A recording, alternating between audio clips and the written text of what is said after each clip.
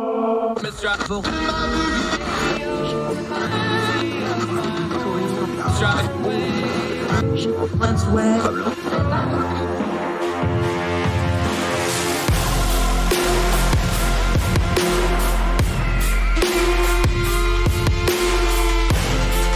your host, Andrew Donaldson.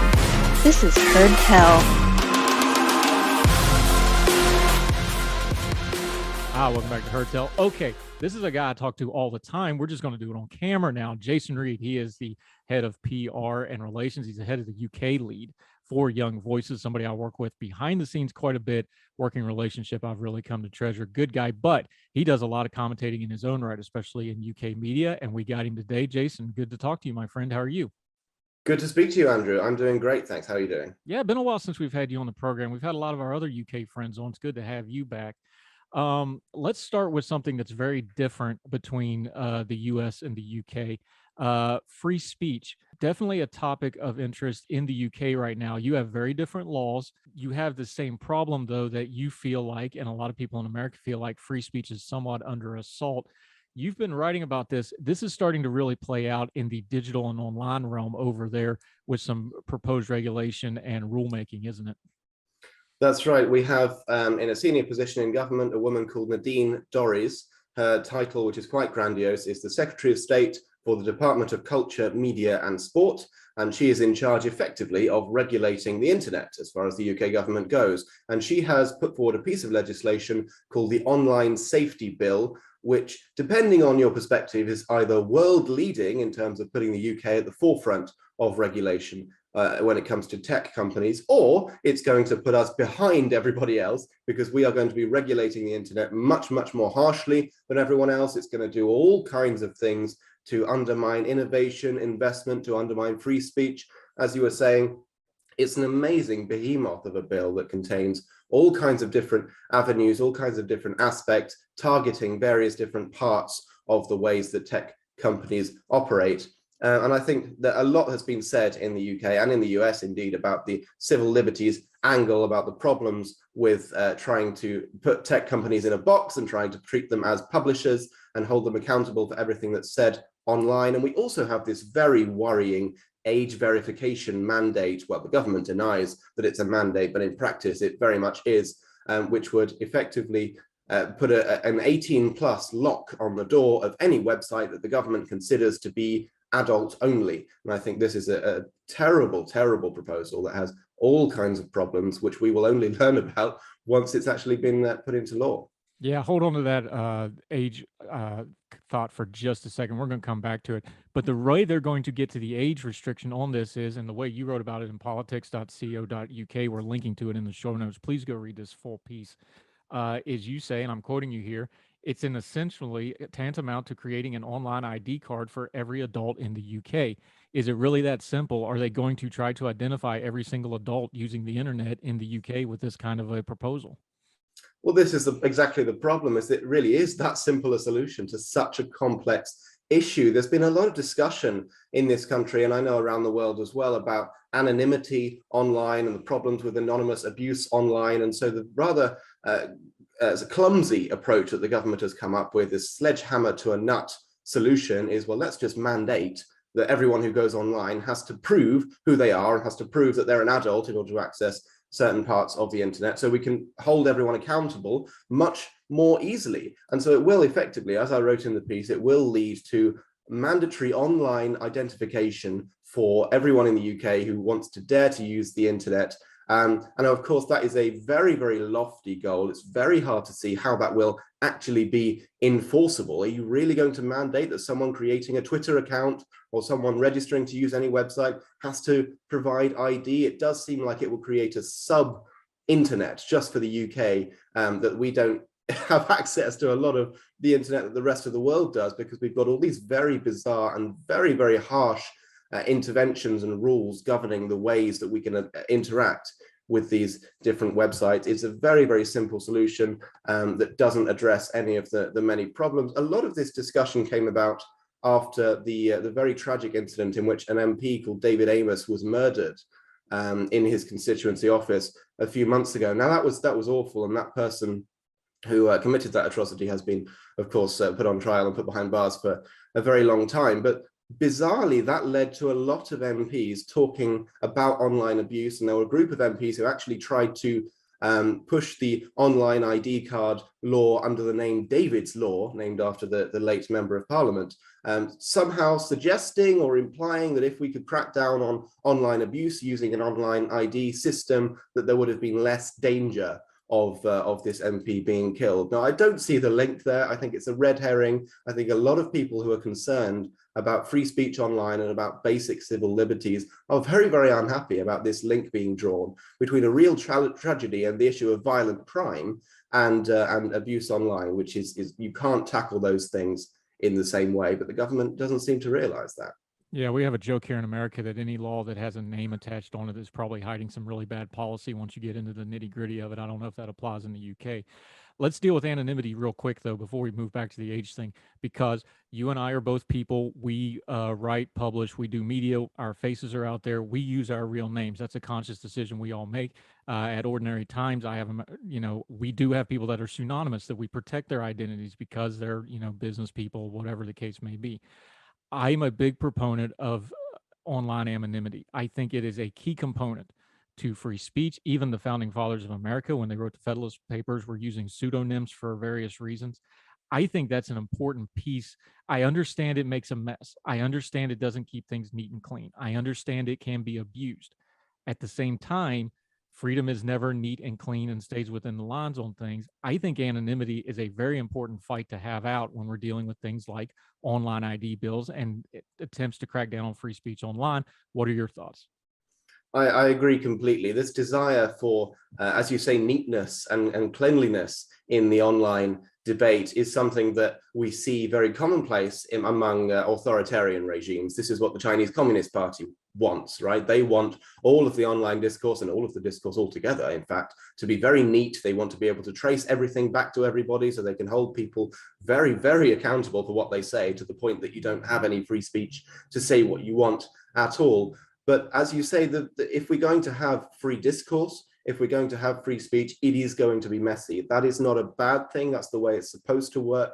It's imperative that everyone has the opportunity to access resources, to access websites, to communicate with people anonymously if they want to. If we take away that very, very basic right, and one of the biggest advantages, I would say, of having an internet to begin with, then there's no limit to what we can't do in the name of rolling back civil liberties. And this brings us right back to where we started and what you're writing about this piece, this age thing.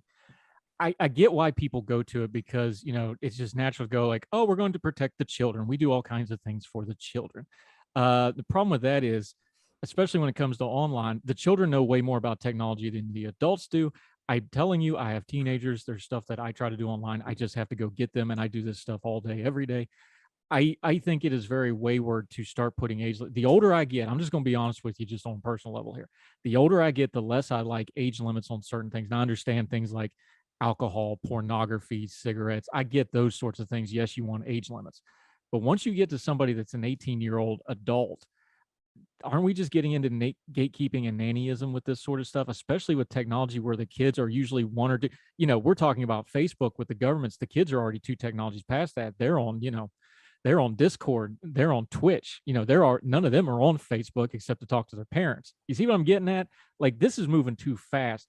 This just reeks of nannyism to me when we start throwing these age limits on it. And it's mostly a rhetoric tool of, oh, I'm doing this for the children because otherwise you never let me get away with it. The problem here is that these complex social and cultural issues and the pace of technological innovation, government cannot keep up with either of those. And so when you have the state trying to solve issues like that using regulation, it's always going to be several steps behind. I'm 21 years old, and I regularly ask my brother, who's just a few years younger than me, for advice on how to do various technological things that I'm not familiar with. It's happening at such a pace that every few years there is some huge innovation. And of course, there are plenty of very easy and accessible ways to get around any age mandate, whether it's VPNs, whether it's some kind of other anonymity online, whether it's tricking websites into thinking that you're actually in an attic in Israel somewhere rather than where you actually are.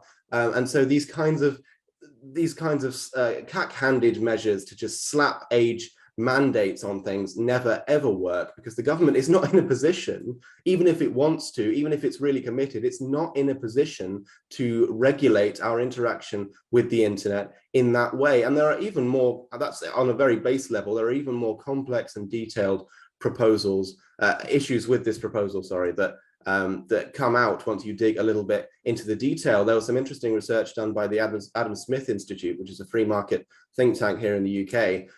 When this proposal last came around, which was when it was floated by Prime Minister Theresa May a few years ago and was nicknamed the Porn Laws, after the Corn Laws. And so they uncovered the fact that MindGeek is a name of the company that would be providing a lot of these age verification services. And MindGeek, by pure coincidence, also happens to own a number of pornography sites, including, I think, RedTube and possibly one other.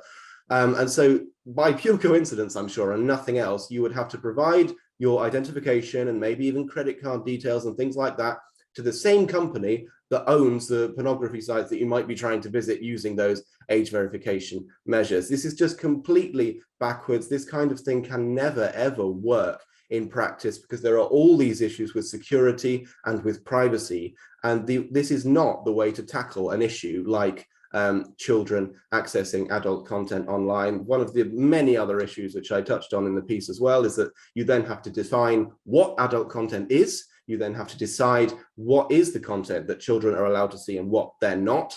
And the way that it's defined in the Online Safety Bill by the UK government is very, very worrying, because they use, quote, psychologically harmful content, but they don't really explain what psychologically harmful content is. And so it seems like they're not just going to ban, a few porn sites and leave it at that. It seems like they are giving themselves the power to ban almost everything except for a few extremely colorful and child-friendly websites if they want to, and to restrict access to those unless you hand over your details. So this was never about children to begin with. This is about the nanny state. It's about power. It's about putting in place barriers for ordinary people doing ordinary things like browsing the internet.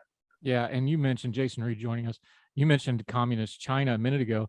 They have openly complained about the fact that they can't enforce their internet laws on children because they keep going past their bans on like hours of usage. They're only allowed to game during certain times. They were stealing their grandparents' logins. If the evil Chinese Communist Party regime, which can control just about every aspect of life, especially online, can enforce this stuff, there's no way a decently open and free society like Britain is going to be able to do this, is there? That's exactly right. This is one of the few things that gives me hope about the future and about future generations, is the way that the younger people, children and teenagers and Generation Z, perhaps if you want to call them that, respond when these kinds of issues come up. I'm reminded of whatever you think of Donald Trump, when there was that issue of Donald Trump holding rallies in the US and various children and teenagers on TikTok congregating to order lots and lots of free tickets to those rallies and then not turn up, so that Donald Trump ended up talking to an empty room. Now, whatever you think of Trump, I think that is hilarious, first of all, and it's a very, very good indication of the spirit that that young people have when they are confronted with these kinds of very, very ill thought out regulations. And so I just hope that that generational spirit does not go away, and that we can keep resisting. And yes, use your VPNs. Yes, do whatever you have to do to just continue using the internet, continue living your life in the way you want to. Of course, we would never encourage that people break the law, but nonetheless, there are, it seems, a huge amount of flaws in this bill and in every other similar bill that comes up in the UK, in the US, and around the world, because the government ministers, frankly, just don't have the knowledge and the insight that children do into the internet, because they're the ones who have grown up using it. They're the ones who have grown up with it all around them, with it at their fingertips every second of every day. And so children are always going to be ahead of the game. And that's what gives me hope that perhaps these measures will not succeed in locking away most of the internet as much as the government might want them to. Yeah, and as you touched on in your piece, you can also take credit that the people of the UK are overwhelmingly against this, almost 2/3 majority by some polling. So you can take some comfort in that as well. Maybe they'll listen to that. Jason Reed, we're going to continue with him after the break, talk a little UK politics. There's been some developments in some of the stories we've been covering over there. We'll ask him about that because he's there. We'll not. We'll find out what's going on the ground. Our friend Jason Reed from Young Voices, right after the break, as Heard Tell continues.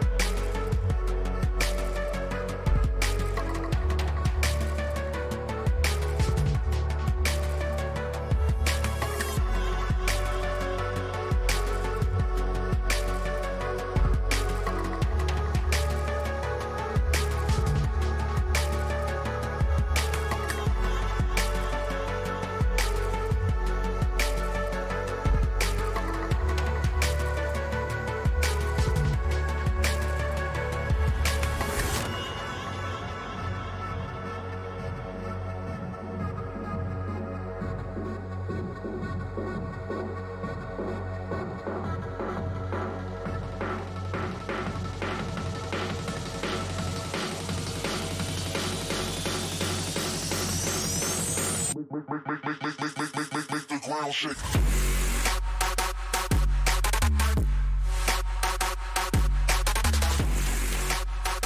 Welcome back to Heard Tell. Okay, since he's in the UK, I've got to ask him about it because we've been covering it.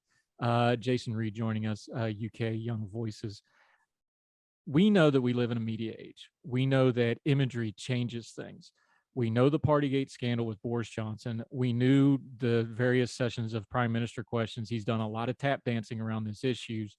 Now we kind of knew what was probably inevitably going to happen. We've got a photo of him actually partying. How much is that going to change this story? Does it change the narrative? Does it refire it up? Does it put more pressure on the prime minister?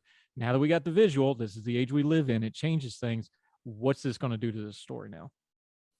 I'm afraid it won't make a huge amount of difference. It feels like the Partygate story has been going for a long, long time. And I feel for the first time relatively confident today in saying I think this is the last development we will see. The Metropolitan Police investigation has concluded. Sue Gray, the civil servant who was charged with investigating the political aspect of whether Boris Johnson broke the rules or broke the ministerial code, that has concluded as well. She has this morning published her report in full. It seems that there is nowhere near enough appetite within the Conservative Party to remove Boris Johnson over this, to trigger some kind of vote of no confidence in his leadership. We've had all the evidence, we've had all the photos released, and so I now think that today is the day when Boris Johnson starts fighting back. And I don't say that with any glee or delight in my voice. I said many times when the Partygate scandal first emerged that he should have resigned, and he really should have done. He's the first prime minister ever to have been served a fixed penalty notice, fined by the police while in office. That's never happened before. And just a question of honor and honesty and integrity, he should have gone a long time ago. However, I am not at all of the belief that that actually will happen. I think it's highly likely that he will lead the Conservatives into the next general election, which will happen either next year or in 2024, and that they will probably win that as well. As far as Partygate goes, there's been some new details that have emerged today because Sue Gray has published her report. As you said, some photos have come out showing various events that we'd heard about before, but we were lacking some details. There are several aspects which seems to contradict some of what Boris Johnson said, like there was one particular leaving do at which a couple of senior members of Downing Street staff were leaving and they held some kind of small gathering to see them off. And Boris Johnson seemed to imply that it was a very quick, toast of a drink and then leaving. But in actual fact, the photos show that there was quite a substantial spread of food. There was various drinks. There were lots of people in attendance. There are many, many holes you can pick in what he has said. The point of contention is whether he actually lied to Parliament, because if he did lie to Parliament, that is an offence where you have to resign. And if it was clear that he resigned to Parliament, it's almost certain that he would be kicked out by his own party. But because of the way he talks, because he's, for want of a better word, he's kind of slimy in the way that he dodges issues, he has been able to get around it, even though very clearly he has been trying to shift the blame onto other people, shift the focus away from himself throughout this scandal, even when it was very clear that he was very much part of what was going on and very much in the know when those rules were being broken. Sometimes we overthink politics. We get into all the nitty gritty and the 3D chess of it and all that. How much of this story is just fatigue? There's a whole lot of other stuff going on. And we've talked about it before with our UK contributors over and over again. There's no real clear-cut successor in the Conservative Party that would be ready to step forward. How much of this is just kind of inertia of those factors of there's story fatigue, there's a lot of other things going on in the world, people are trying to move on from this story, and there's nobody to really step up and take Boris Johnson's place. So just practically speaking, taking him out at this point would be problematic for the party. Is it a lot more of that stuff, and we're just putting some of the more political stuff on top of it, trying to make more of it than what it probably was? Well, there is definitely a lot of political fatigue around Partygate. It's been clear, I think, for some time. In fact, I would say it's been clear since almost the beginning that this was not going to be a big enough scandal to force him out of office, because people are tired of hearing about it. And shortly after the scandal first broke, we then had other very significant developments, like, for example, Russia invading Ukraine. And since then, we've had the cost of living crisis in the UK that has really taken hold, and lots of questions being asked about that.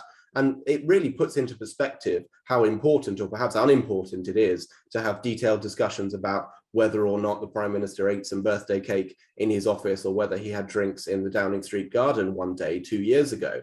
So there is a lot of fatigue around it, and that's why I think it's clear now that the story will go away, because up to now it's always been waiting for the next thing, whether it's waiting for the Metropolitan Police to publish their findings, or waiting for Sue Gray to publish her findings, and so on. Now there is nothing left to wait for, as far as I can see, and so the scandal is over. I'm not convinced, however, about this argument of Boris Johnson staying in post only because there isn't someone clear to replace him.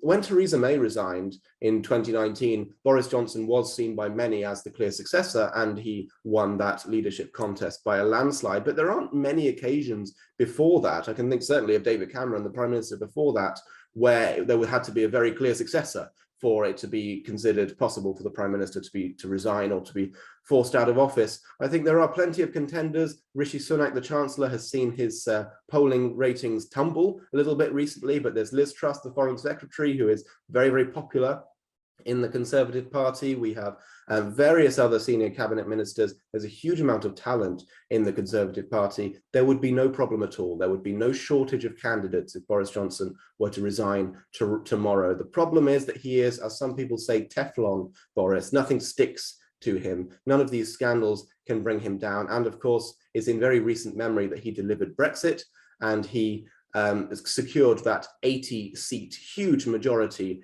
in Parliament for the Conservative Party back in 2019. He is still seen as an election winner. He is still seen as someone who people in the red wall of former Labour heartlands like and will vote for. And so I don't think there is any chance, I don't think there's any appetite to get rid of him before the next election.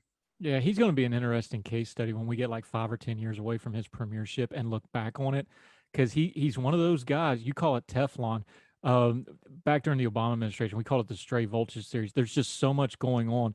It's not that there's scandals. It's just they kind of come one after another after another. You're just going from scandal to scandal to scandal, and you never stop and process any of it. So it doesn't seem like it sticks. Fascinating political figure going down the road when we look back on his tenure. I think it'll be interesting. Okay, Jason Reed, real quick before we got to let you go, my friend, I want to do this. We have lots of young voices, contributors on this program. You are behind the scenes, one of the leaders of that. I work with you all the time on getting these great guests on here. The good news about that is this is the season where people who are curious about young voices can actually be joining young voices. You're more articulate than I am. That's why you're my boss at Young Voices. Could you articulate to folks who are liberty-minded, freedom-minded, who are looking to do things in the media and writing and commentary realm? Give them the pitch, because this is the season where they can actually take a look at Young Voices and see if they want to jump in with us. I'm proud of my affiliation with them. I think we do a whole lot of really good things and good work. Give them the pitch and let them know how they can do that, my friend. Absolutely. So the Young Voices contributor program takes people on twice a year, and now is the time if you want to apply. The deadline is on Tuesday, May 31st, to apply at young-voices.com, and we can help you if you become a contributor. We have a team of professional editors who will work with you on your writing, and I can testify from personal experience, it makes a huge difference. It will make you into a much better political commentator, a much better op-ed writer, and help you make those connections with media outlets to get published. And this applies in the US, in the UK, in Australia, in France, as of recently as well. And we also have the PR side, we call it, which I'm in charge of, which is to do with TV and radio and broadcast interviews. We train you up and we mentor you. And if you want to, we can talk about booking you for TV and radio interviews. And we hope that we help people gain the professional training and skills that they need to go on and commentate on politics, to have their voice heard, to be a policy analyst, to be a journalist, to be whatever they want to be within the realm of politics and policy. And because we just give you those skills, building that bridge between the media and young people. And when I say young people, officially the upper age limit is 35, but of course, I'm sure Andrew can testify that we have a little bit of flexibility in certain cases on that particular front. Flexibility, that's what we're going to call it now. You're going to call me old with flexibility. All right. I didn't say old, Andrew. I said flexible. Let's stick with that. My birthday's actually on Sunday, so I feel every bit of it, my friend. I appreciate that. Jason Reed, one last quick thing, though. You do a lot of UK media. You're going to do media right after this. What's something that we should be watching from this side of the pond in the UK? I know the cost of living, something both sides of the Atlantic is going to be dealing with. what's one of the media things, because you're in those green rooms, you talk to producers, things like that. What's bubbling that we should be paying attention to over there? Well, this is a very interesting time in the UK media, and a lot of that discourse revolves around how much the UK media should or shouldn't be like American media. In fact, we've had 2 new television channels launch, national ones, in the last year, one GB News and one Talk TV, which is owned by the same company that runs Fox News. And there's a lot of discussion about whether either of them could or should or will soon be the British version of Fox News, and this kind of talking, down the camera in a very opinionated, often right of center way. So I would suggest keeping an eye on those 2 outlets in particular. It's a very, very interesting development that is going on. I think it's a good thing. I think we don't have enough. We didn't have enough variety in terms of TV, news and opinion and politics for people to choose from. And so more is better, and the free market will decide who succeeds. And I think there's a lot of space for new voices to come through. But that is something that I think is really, really interesting to keep an eye on, is how those 2 channels compete and develop, and how they shape the output of the bigger and more established channels like the BBC and like Sky News. Yeah, and we appreciate seeing you on there. We appreciate you getting the young voices out on there. I pitch young voices because one simple thing: the people are outstanding. Every single one of them. It's amazing for the several years I've been with them. Jason Reed, always enjoyed talking to you. It's good to do it on camera. Let's do it again soon, my friend. Thanks so much, Andrew. It's great to talk to you as well. Yes, sir. Thank you.